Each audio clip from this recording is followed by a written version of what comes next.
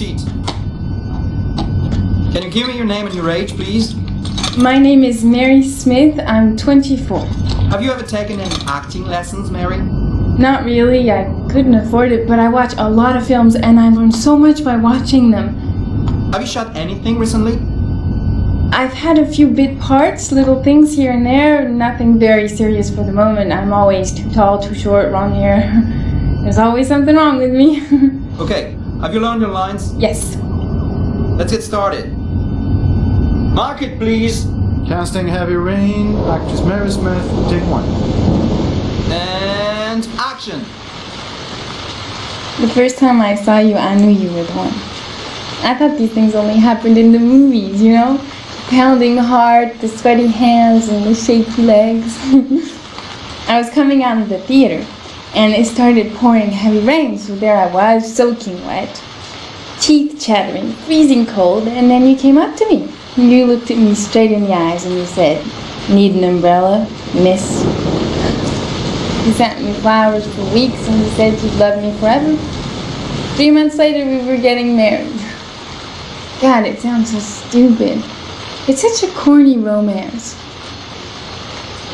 But real life, it never ends up being what you think it's gonna be. You think it's gonna be one big happy fairy tale.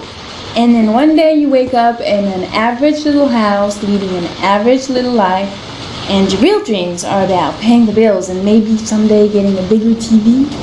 And you realize that maybe that wasn't the life you were dreaming of. You realize maybe things could have been different. And maybe I actually could have lived with all of that, but then one day it all just stops. Starts with something small. A little lipstick on a collar. A few nights where you come home a bit late. At first I tell myself that I'm crazy, that you would never do such a thing. But just to ease my mind, one night I follow you as you leave the office. I follow you to the CD hotel where you meet the girl. And then my whole world falls apart.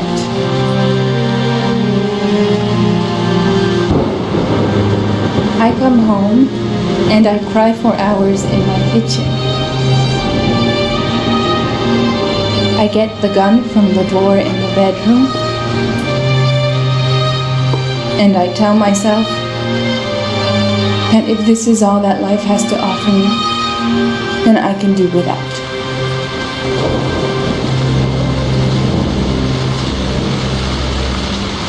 But then I change my mind. After all, I'm not the one who's cheating. So, quietly, I wait for you to come home, sitting in my average little kitchen. Obviously, when you get home, you don't suspect a thing. So I press the fucking gun against your forehead and I take a few seconds to watch the fear grow in your eyes. You tell yourself, she won't do it, she doesn't have the guts, she's just trying to teach me a lesson. But you are so wrong, honey. I sentence you to death for turning my life into a soap opera cliche. For stepping on my dreams, for not giving a shit about me all those years, and for lying to me and betraying me and humiliating me. I'm making an example out of you for all the assholes out there who think they can keep on fucking us over and over. Goodbye, my love.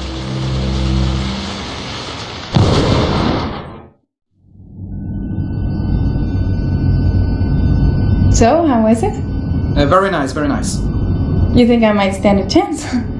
Someone will get in touch with you and let you know. She wasn't too bad, huh?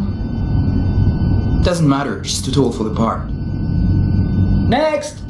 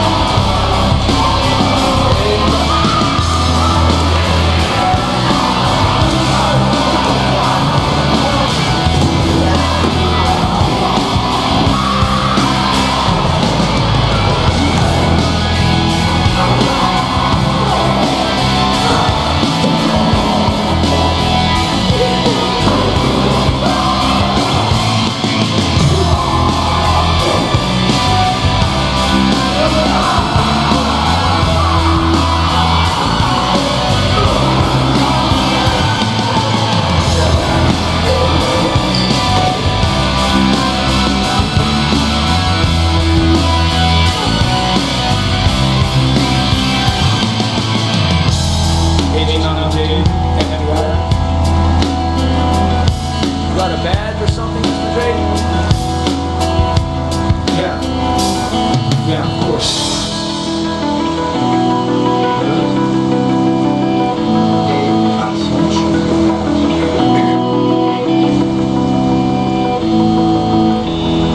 Check.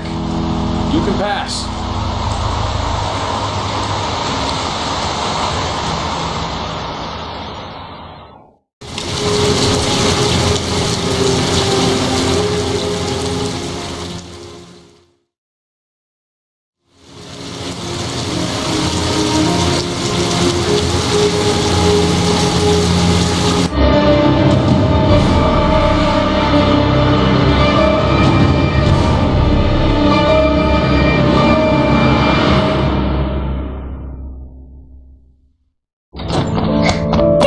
Hey, take it easy, you're gonna knock me over.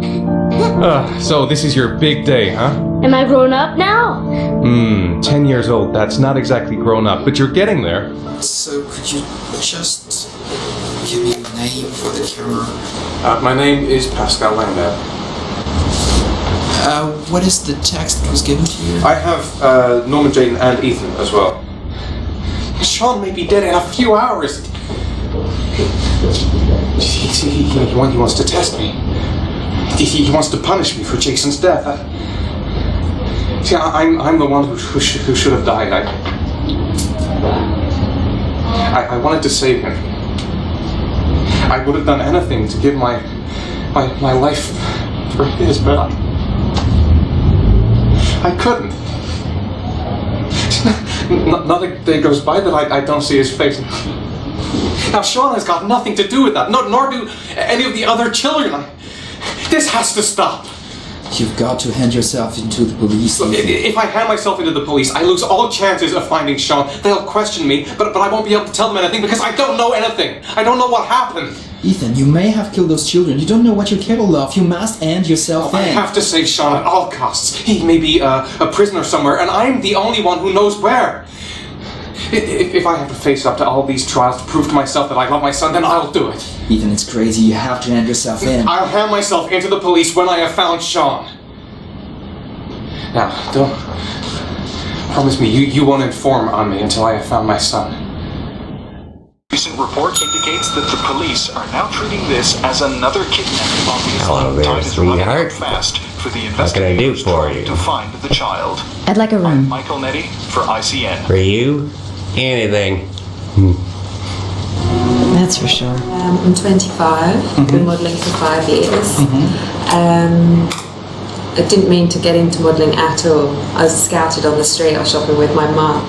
The last time I saw him, he was watching a convoy of trucks going by. I was about 50 yards away, and he suddenly turned and looked at me, locked on my eyes. And I didn't realise what was happening straight away. I heard cries from behind me, everyone started running in slow motion. I just remained motionless, locked on his gaze. I hadn't noticed the detonator in his hand. Your vast experience hasn't prevented 8 victims from being murdered. Fucking asshole! Blake, if you've got a better plan, I'm willing to listen. Don't be shy. I'm all ears. Yeah, Leon Ockenden. Can you tell me a little bit what you've done recently? The last thing I did a thing called Richard the Lionheart for the BBC. Coda confessed. You beat him all night to make him talk. He would have confessed to Kennedy's assassination if you asked him. Your confession is a heap of shit. Corder is not the origami killer.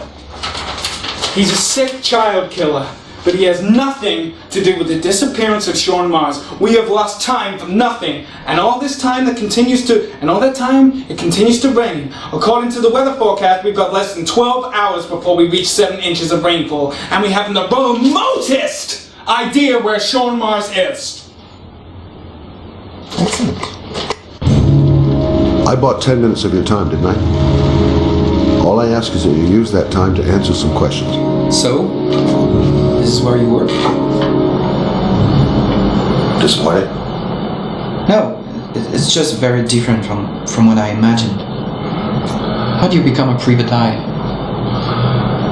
Well, I was a cop for 20 years, and one fine day my wife decided to run off with, so you should see all the faces of the husbands when they first discover that I know that they have a mistress.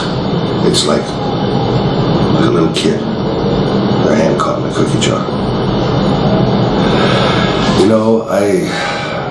I could have tripled my salary. If I accepted everything they promised me, just to keep quiet.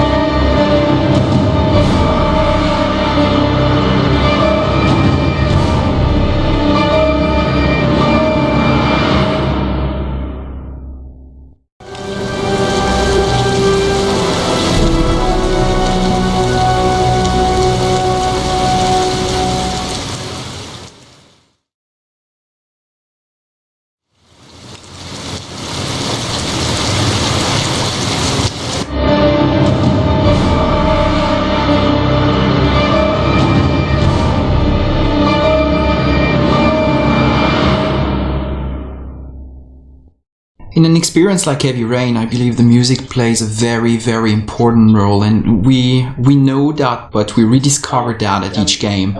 And actually, we believe that music is probably about 50%, if not more, of the impact of the images.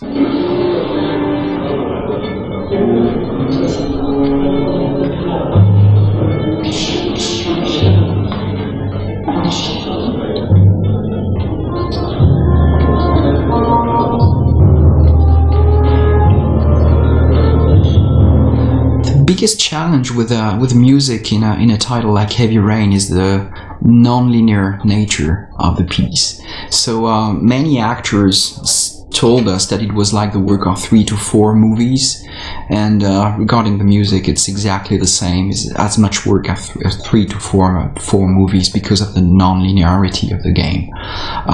So at the same time, you got big volumes to record, but at the same time, you want to keep the same intention, the same intensity, and the same emotion in every single track in the game. So that's what the focus has been so far, and I'm really pleased with the result. It was a bit, bit difficult at the beginning, but at the same time easy because I knew David before, so I know what he likes and what he doesn't like.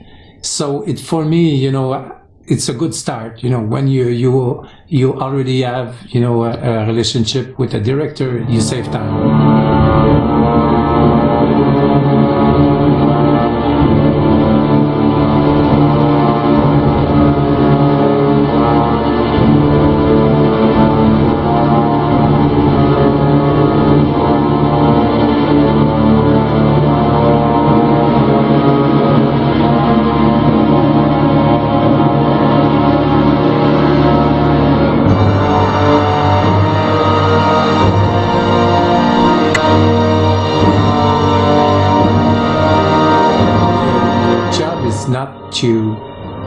To build something that is not there.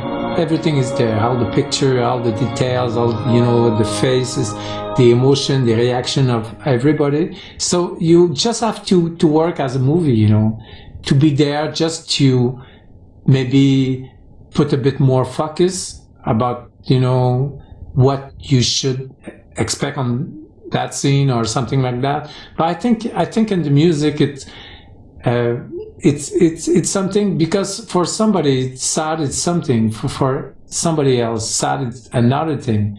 So it's very difficult that I would say, as Stravinsky said, that it's not really it's not the it's not you that you will express something by the music, it's the music itself that will express something. In a process like Heavy Rain, there are some milestone moments, and definitely being here at the Bay Road is one of them. So when I wrote the script, I certainly had notes and soundtracks in my mind, which most of the time is not what you listen to at the end, what you get, but it's definitely better what I hear here today. With a real orchestra, and I think that it makes a huge difference to have real musicians and a real orchestra and a real composer behind this game.